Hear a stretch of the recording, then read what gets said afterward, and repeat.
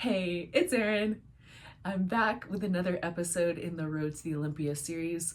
I thought I would share both the stats and the facts, everything that's going into this prep, so you can kind of follow along with me if you would like, and also some work personal stuff, just to let y'all know that no prep is perfect and we're always seeking balance, I think, in our lives, but with competing and just bodybuilding in general, it's really tough to find that balance in such an extreme sport. So during these last few weeks, I'm going to get my body fat levels to below what's sustainable, below what's considered healthy, and it's just an extreme sport. So that being said, let's jump into the macros and the facts and training stuff. And then I also wanted to share what's going on in personal life and understand that no prep is perfect. You're always going to have something that comes up, whether it's in your personal life or if it's in your work life, whatever it might be. So it's really important to take everything in stride and continue pushing forward if you can.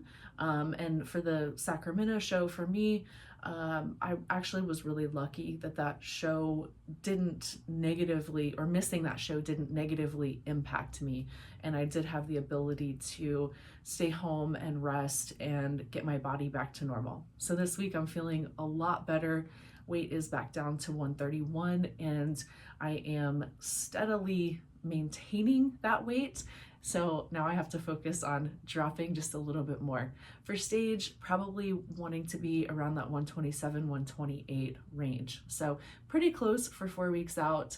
My macros did bump carbs up just a little bit, back up to 220 carbs, so plus 50, 40 grams of fat per day, 150 grams of protein, and 1860 is the calorie count for my daily intake. So training, I have sort of restructured training because I wasn't allowing myself, I don't think, enough time in between lower body training sessions. I get a bit frustrated because I can't train upper body really. When I train upper body once per week, I'm really just going in and doing some lateral raises, some face pulls, mainly focusing on just keeping that width across my upper body and really just keeping those rear delts nicely developed so I have that V taper. Now, coming from figure going to bikini, I'll always be on the more muscular side for bikini. So I really have to be careful. And although I really love training upper body, if I could, I would do it 2 or 3 times per week. I just can't. I pretty much look at a weight and that muscle memory kicks in and it's like, oh yes, let's build again. So 3 days per week for glutes. And right now I'm doing Monday, Thursday, Sunday, and then rotating through. So taking 2 days off in between each glute training session. I am still doing a heavy day, kind of a medium slow twitch day, and more of a pump or metabolite training day. Now HIIT, still 2 times per week, or I'm back up to 2 times per week. Last week was a bit of an off week for me as I was trying to get back to normal and just make sure that my body, my health was okay. So for the HIIT, mainly doing stuff like stairs, sled, spin bike, and treadmill hill runs, but not very often because the running is a lot of eccentric force. So if you are doing HIIT, you really want to be careful with the type of cardio you're doing and focus more on that concentric motion or that pushing motion. So your bike, your sled, your stairs, those are all going to be really good options for aiding in recovery or at least not causing so much damage to the muscle. So personal life, on this channel and on social media, just generally, I don't share too much. I feel like this is more of an educational channel. That being said, I do think that sharing a little bit can be helpful. I am more of an introvert, so I find it really hard to open up and share, especially when it's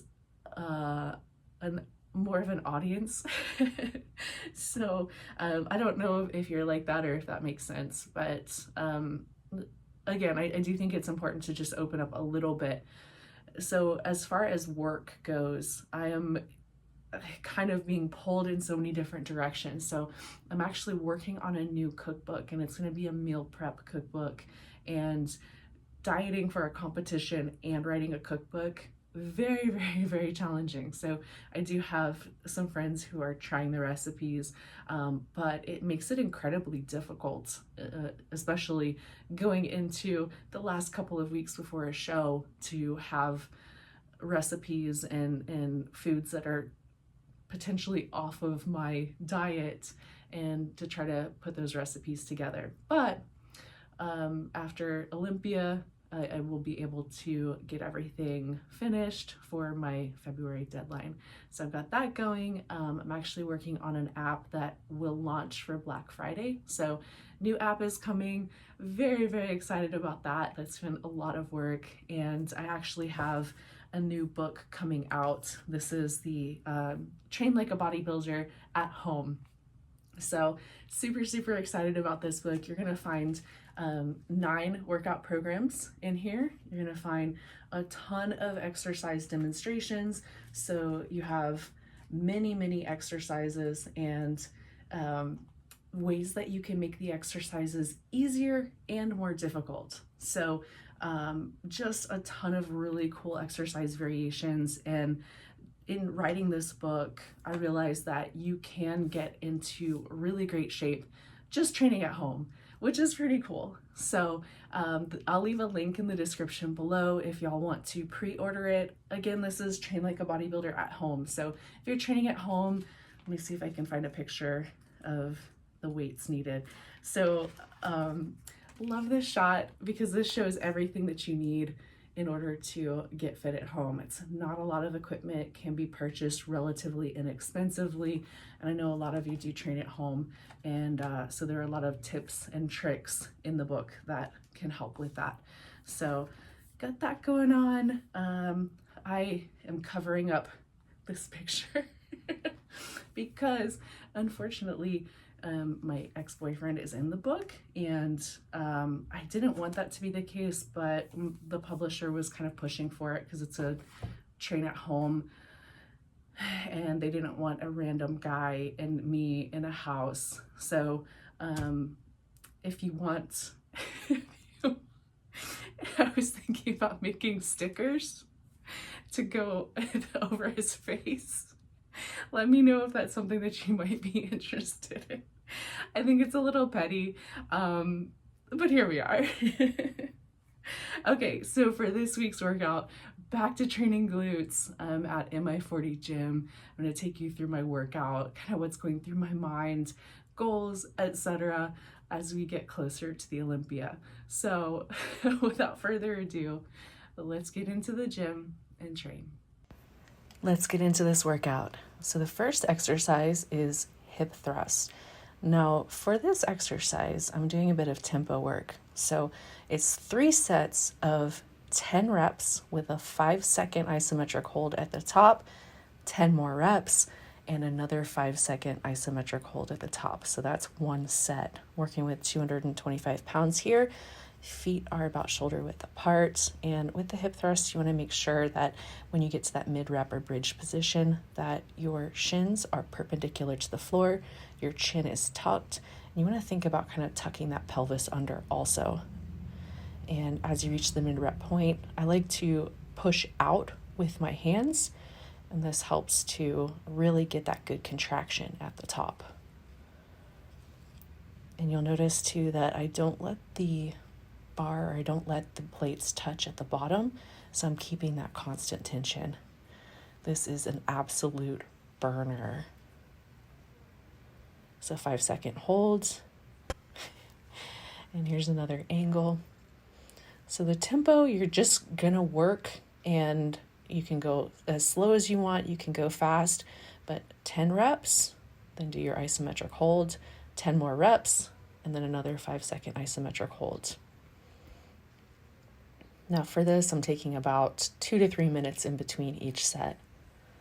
All right, moving on to back hypers. I've got a resistance band here. This really helps at that mid-rep point, gets a nice squeeze, and the resistance on this band is about between 30 to 50 pounds.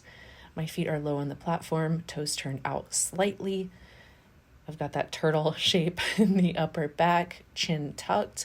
This really helps to get that good contraction at the top. It looks silly, but it really works. Now make sure for that pad, it's below the crease of your hips here. You don't want it in the way of getting full range of motion. And speaking of full range of motion, I don't go all the way down because I'm using the tension of the band. So it's sort of like partial reps or half reps. As soon as I start to feel that tension dissipate, I'm going to go right back into that rep. And here we're doing 3 sets of 12 to 15 reps, taking about a minute to 2 minutes in between. Moving on to safety bar squats. This bar, I don't know how much this bar weighs. I think like 65 pounds. So we're going to do 3 sets of 12 here.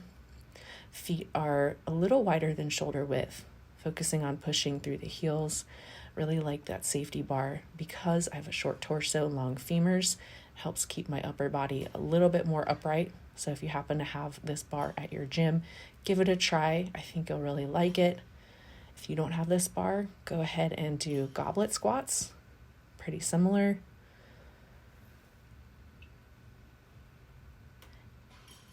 And keeping the back flat, exhaling on the way up. Here's another angle. Getting the upper leg to parallel or just below. And just moving through the rep. So for this, I do try to keep my knees behind my toes. All right, moving on to the abductor machine. Now for this particular day, I'm leaning back just a little bit, pointing the toes, extending the legs. And we're going to do 3 sets of 30 reps here. I do like to casually reach down and feel the muscle working. So really experiment with angles here. You can try leaning back, you can try sitting up straight, leaning forward. They're all going to hit a little bit differently on the abductor, medial glutes, glute minimus. This is all upper glutes here. So I'm going to go a little bit lighter to get my 30 reps in. And I'm also experimenting with different positions. So here I'm sitting a little bit more upright. And there's no real right or wrong way to do it. Just make sure you're feeling it and keeping that constant tension on the muscle. For next week's video, I thought I would do some meal prep and share some recipes. Let me know in the comments below if that's something that you might want to see or if you want to just stick to training. Also, my suit should be in the next couple of days, and maybe I'll share a sneak peek with you. But I wanted to do a separate stage day video where I share some of my favorite items, some makeup, or if you want a makeup tutorial, I was thinking about doing that too. Just let me know in the comments what you would like to see next. If you made it this far into the video, you're the best. I love you. Thank you so much for watching. And if you like this video, please consider subscribing and clicking the bell. That's it for this time. Until next time, train hard, y'all. Mwah.